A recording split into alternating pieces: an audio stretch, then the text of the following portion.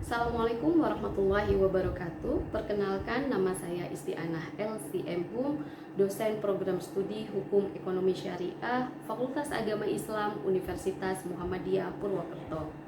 Pada kesempatan kali ini, saya akan menyampaikan materi tentang proses turunnya Al-Quran sebagaimana tertuang dalam rencana pembelajaran semester pada mata kuliah Ulumul Quran menggunakan pendekatan DIA, Delivery, Interactive, and Assessment. Terima kasih. Assalamualaikum warahmatullahi wabarakatuh. Assalamualaikum warahmatullahi wabarakatuh. Waalaikumsalam warahmatullahi wabarakatuh. Oke, teman-teman, apa kabar? Sehat semuanya? Alhamdulillah. Baik. Untuk pertemuan kali ini, kita di pertemuan keempat untuk mata kuliah Ulumul Quran ya. Dan nantinya kita akan belajar tentang bagaimana proses turunnya Al-Quran. Tapi sebelum itu, mari kita mulai kelas ini dengan membaca Bismillah bersama-sama. Bismillahirrahmanirrahim. Oke, sebelum saya menjelaskan lebih lanjut tentang apa yang akan kita pelajari pada hari ini, mari kita lakukan presensi terlebih dahulu. Sudah melakukan presensi semuanya ya? Sudah. Ya, kita pastikan tidak ada yang mengalami kendala.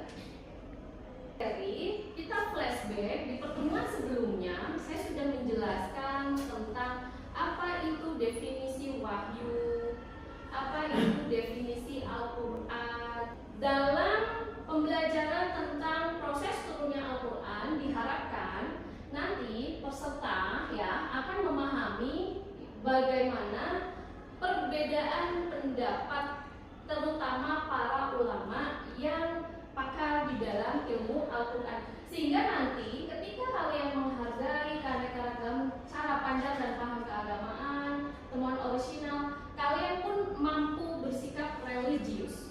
Orang yang religius salah satunya adalah mereka yang menghargai perbedaan pendapat dan tidak melakukan klaim kebenaran. Ya, kemudian yang kedua, capaian pembelajaran ini di mana mahasiswa diharap mampu mengkaji implikasi pengembangan dan implementasi ilmu-ilmu Al-Quran dan teknologi. Misalkan nanti akan kita lihat bagaimana sih aplikasi dari implementasi dari ilmu-ilmu Al-Quran, misalkan dalam metodologi boleh di pendidikan, di pengajaran, boleh di dalam dakwah gitu ya, atau yang lainnya. Kemudian nanti tujuan materi pembelajaran ini memahami proses turunnya Al-Quran menurut para ulama. Oke. Yang kedua, menjelaskan tahapan-tahapan turunnya Al-Quran. Kita akan lihat berapa tahap sih turunnya Al-Quran. Kemudian yang ketiga, menguraikan hikmah turunnya Al-Quran secara bertahap. Oke, dan keempat, menjelaskan faedah metodologis di dunia pendidikan. Boleh nanti kita tambah bagaimana di dunia dakwah. Kita akan mengkaji pendapat para ulama tentang proses turunnya Al-Quran, di mana ada beberapa tahap. Dari Lauh Mahfuz, dari Allah ke Lauh Mahfuz, dari Lauh Mahfuz ke Baitul Izzah dan seterusnya. Kemudian hikmah turunnya Al-Quran, ya. Kemudian faedah dari metode tersebut di mana dapat diaplikasikan dalam dunia pendidikan dan pengajaran. Kemudian nanti tujuan materi pembelajaran ini memahami proses turunnya Al-Quran menurut para ulama. Oke. Yang kedua, menjelaskan tahapan-tahapan turunnya Al-Quran. Kita akan lihat berapa tahap sih turunnya Al-Quran. Kemudian yang ketiga, menguraikan hikmah turunnya Al-Quran secara bertahap. Oke, dan keempat, menjelaskan faedah metodologis di dunia pendidikan. Boleh nanti kita tambah bagaimana di dunia dakwah. Nah, sebelum lanjut, saya akan ajak kalian untuk menyimak video berikut ini ya. Ini merupakan malam diturunkannya kitab suci Al-Quran untuk pertama kalinya. Ya, untuk peringatnya warga di Gorontalo melakukan pawai di sepanjang jalan dan kita simak liputannya.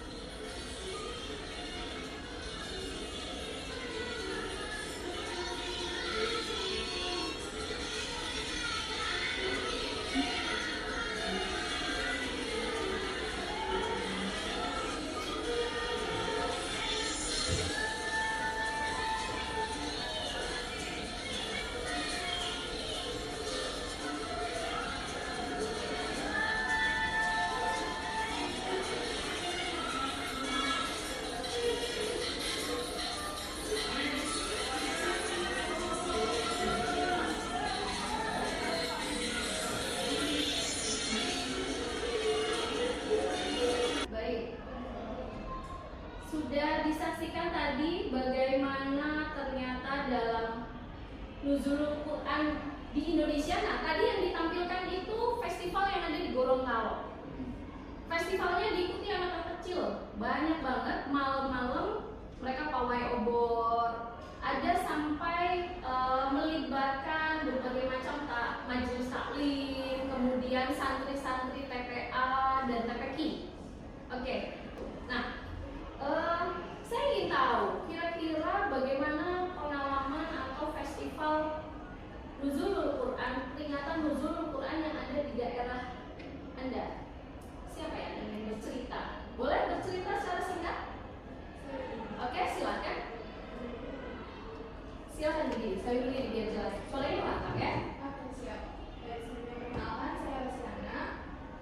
Di sini, kebetulan di tempat saya itu setiap malam Nuzulul Quran diperingati dengan adanya gema sholawat bersama di desa. Jadi kita mengadakannya di satu lapangan desa itu, dan itu terbuka untuk umum dengan rangkaian-rangkaian yang sebelumnya telah diadakan lomba-lomba untuk anak-anak PPT setempat, yang lomba-lomba seperti lomba tilawah, lomba membaca kitab, lomba LCC, cerdas cermat dan kaligrafi sebagainya. Yang puncaknya itu di gema sholawat tersebut. Oke, terima kasih ya atas ceritanya. Jadi bisa disimpulkan kalau di daerahnya tempat dulu dia melakukan mubalik khusus Ramadan, itu ternyata festivalnya itu banyak rangkaiannya ya. Ada yang punya versi lain nggak dari peringatan Nuzulul Quran? Silakan. Ya, perkenalkan saya Yunus Mariansa. Jadi ketika dulu saya di pondok itu ketika sorenya kita ada lomba juga.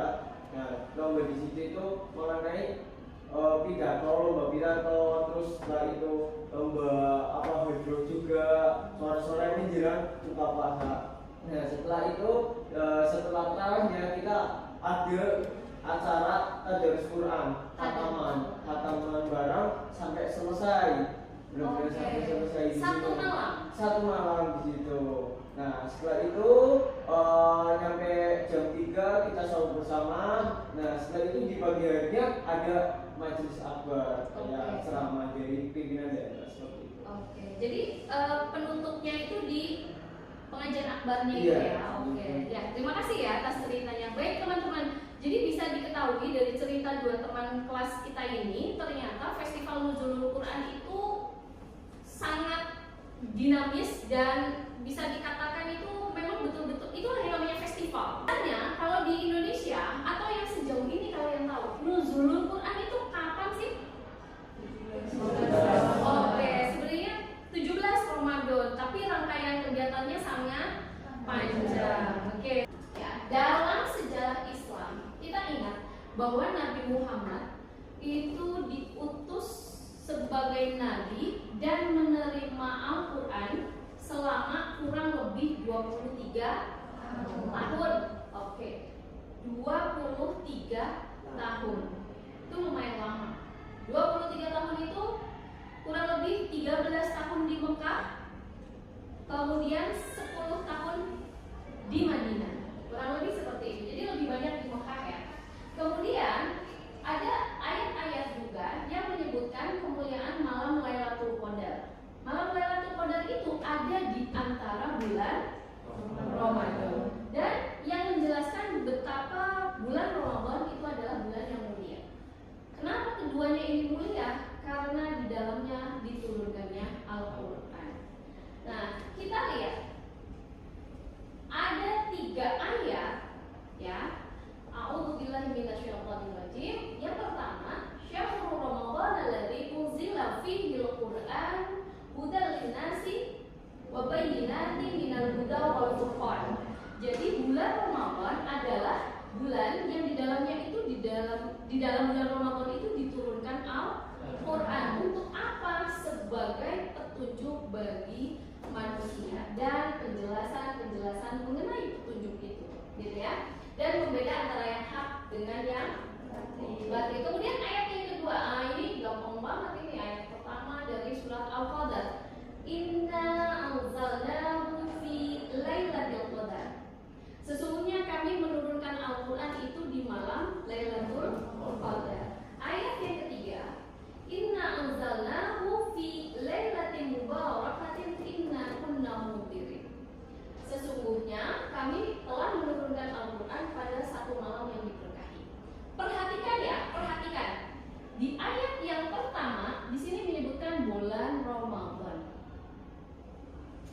mulia karena di dalamnya diturunkan Al-Quran. Kemudian berikutnya di sini menyebutkan Lailatul Qadar.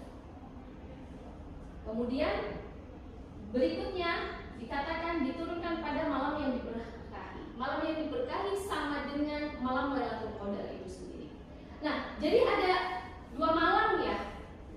Ada yang satu malam Lailatul Qadar, mohon maaf, ada dua keterangan waktu ya. Yang satu bulan Ramadan, yang satu Lailatul Qadar. Terus ini sebenarnya Al-Quran turun kapan sih? Ya, karena waktunya banyak.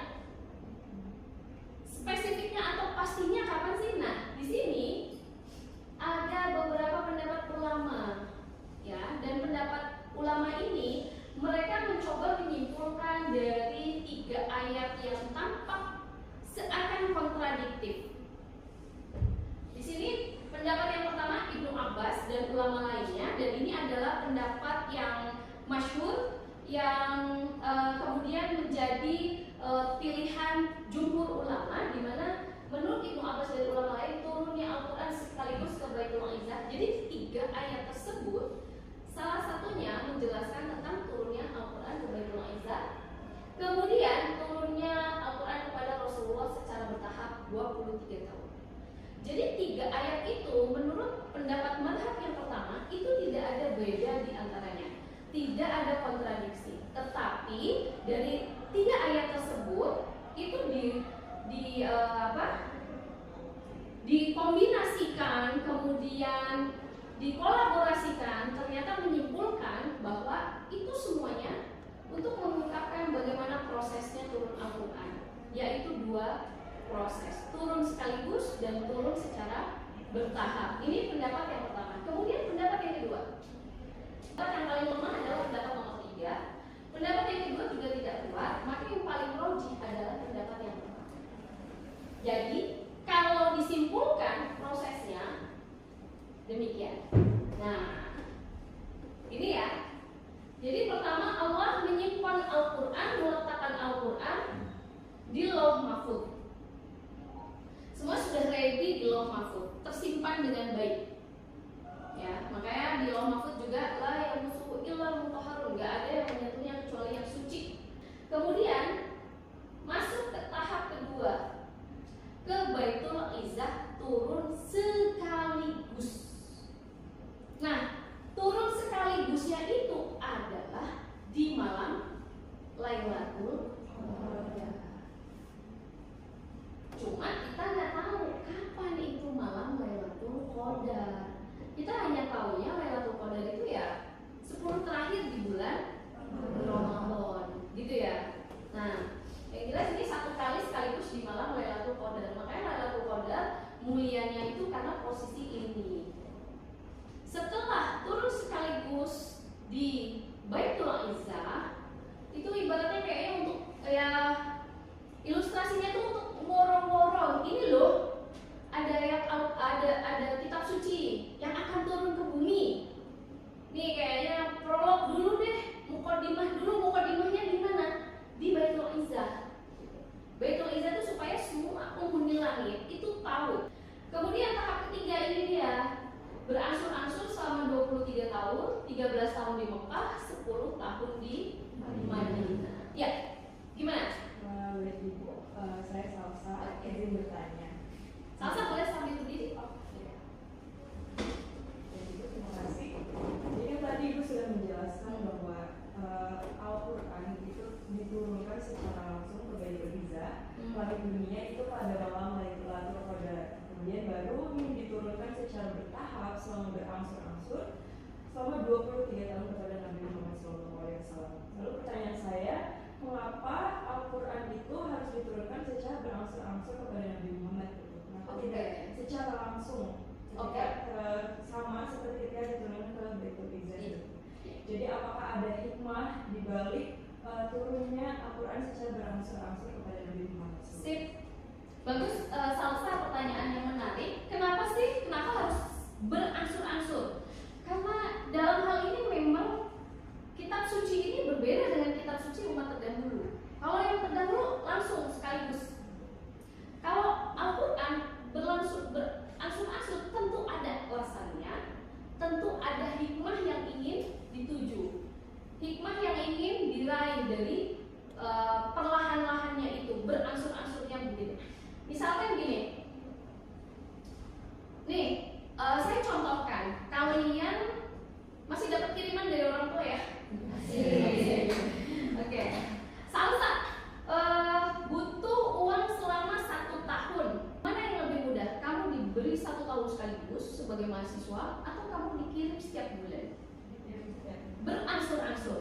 Oke, lebih nyaman berangsur-angsur ya. Itu salah satu analogi aja. Analogi. Jadi memang ketika kita diberi sesuatu atau baca buku deh, saya kasih kamu buku, ya langsung. Salsa ini buku Ulumul Quran, pelajari ya. Nanti kita ketemu di ujian. Nah, dengan saya beri kamu Salsa ini bab 1. Terus pekan depannya saya ketemu lagi Salsa ini bab 2. Teman-teman silakan pelajari bab 2. Saya jelaskan pelan-pelan sedikit demi sedikit mana yang lebih mudah untuk mengingat antara kalian baca langsung sekaligus atau kalian perlahan pelajari setiap minggu, berangsur-angsur sampai akhirnya mencapai 14 pertemuan. Berangsur-angsur itu salah satu hikmahnya gitu ya. Salah satu, sebenarnya hikmahnya banyak sekali. Next ini yang akan saya jelaskan ya. Nah, ini hikmahnya. Yang pertama, ketika Al-Quran turun ke Baitul Izzah, kemudian dari Baitul Izzah pelan-pelan ke langit bumi, ini menunjukkan kemuliaan Al-Quran itu sendiri. Jadi dia bukan sesuatu yang dikirim kemudian sudah, tapi perlahan-lahan. Di sini juga untuk menunjukkan kemuliaan Nabi, termasuk di dalamnya untuk menantang kaum musyrik. Nah, ini yang tadi saya terlewat adalah menguatkan dan menghibur hati Rasulullah. Rasulullah biasa itu dakwah 23 tahun, bahkan 13 tahun di Mekah kondisinya kayak gitu, bahkan sampai disakiti secara fisik, secara psikis, dikatakan gila. Siapa yang nggak kena mentalnya? Barangkali Rasul kena mentalnya. Sehingga Allah, ketika Rasul sedih, Allah turunkan Al-Quran sebagai tasliyah atau hiburan, gitu. Jadi pelan-pelan, itu salah satu hikmahnya. Kemudian ini juga sebagai bukti bahwa Al-Quran benar-benar diturunkan dari Allah, bukan dikarang atau ditulis oleh Nabi Muhammad. Kemudian yang terakhir, membedakan Al-Quran dari kitab-kitab sebelumnya. Itu ya hikmahnya. Nah, untuk faedahnya dalam pendidikan dan pengajaran ada 2.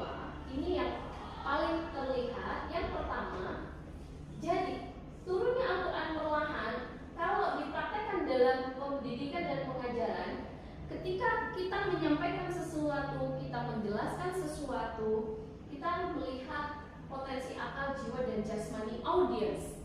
Demikian juga Allah menurunkan Al-Quran step by step sesuai peristiwanya perlahan. Itu untuk memberikan ruang untuk akal, jiwa, dan jasmani umat saat itu untuk menerimanya. Kayak seperti halnya turunnya Al-Quran mengenai khamar nggak langsung diharamkan.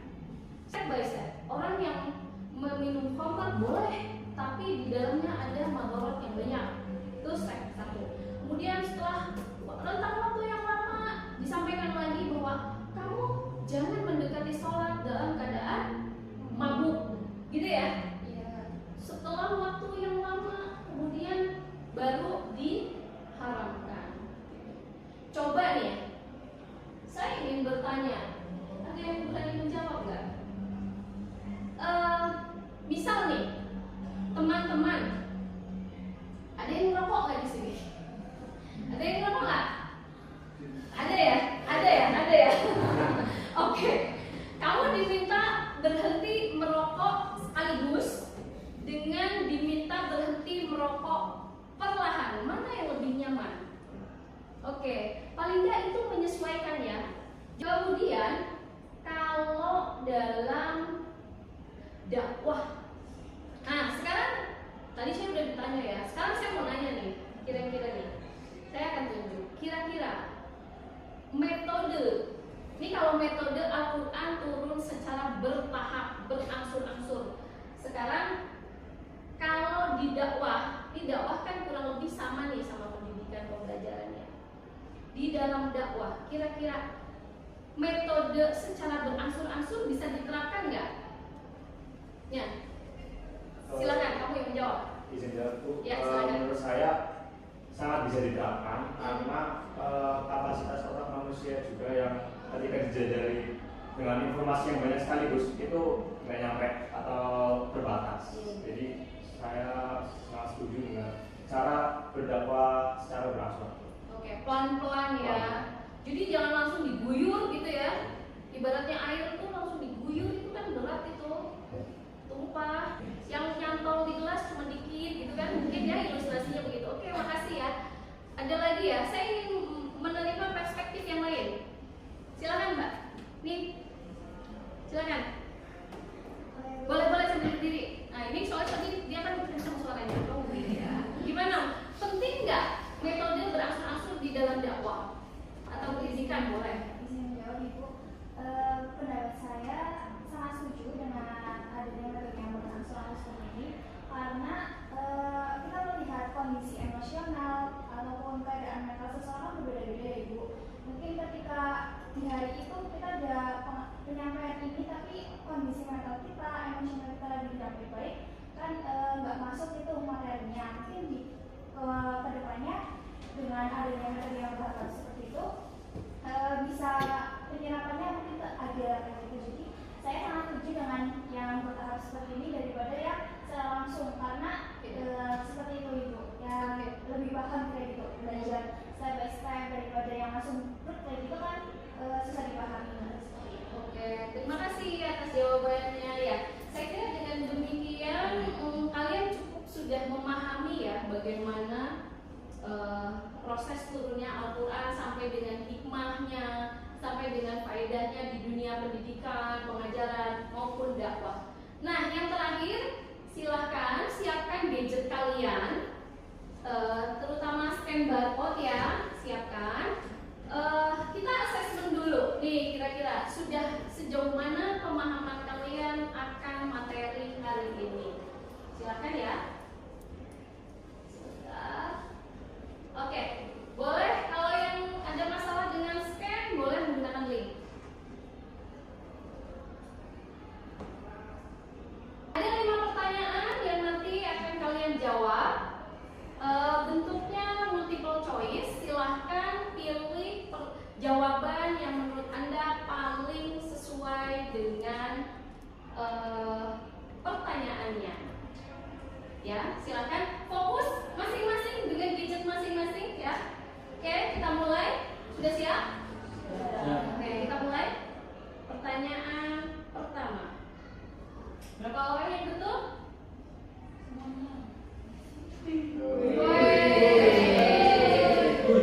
Pertanyaan kedua.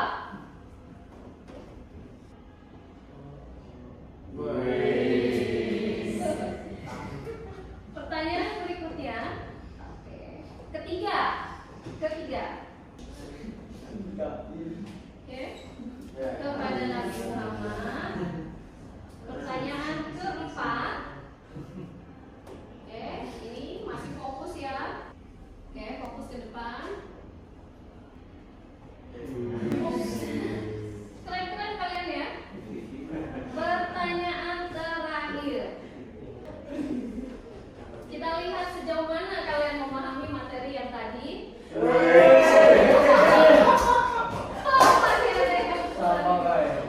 Oke, tidak apa. Nanti kita belajar lagi ya. Oke. Baik teman-teman.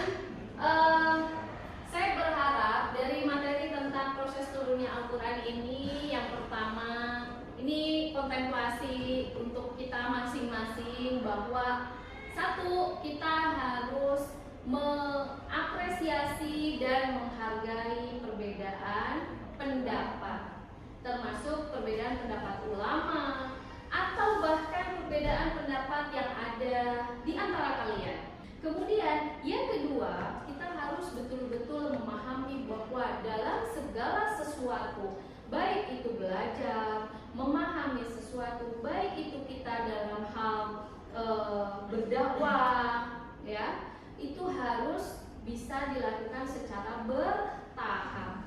Tidak ada bayi yang tiba-tiba pintar, tidak ada murid, tidak ada mahasiswa yang tiba-tiba pintar. Semuanya butuh proses bertahap. Demikian juga ketika berdakwah, tidak ada orang yang tiba-tiba menjadi soleha hanya karena dia mendapatkan dakwah satu kali. Itu adalah refleksi yang bisa kita lakukan melalui pertemuan ini. Oke, mungkin itu yang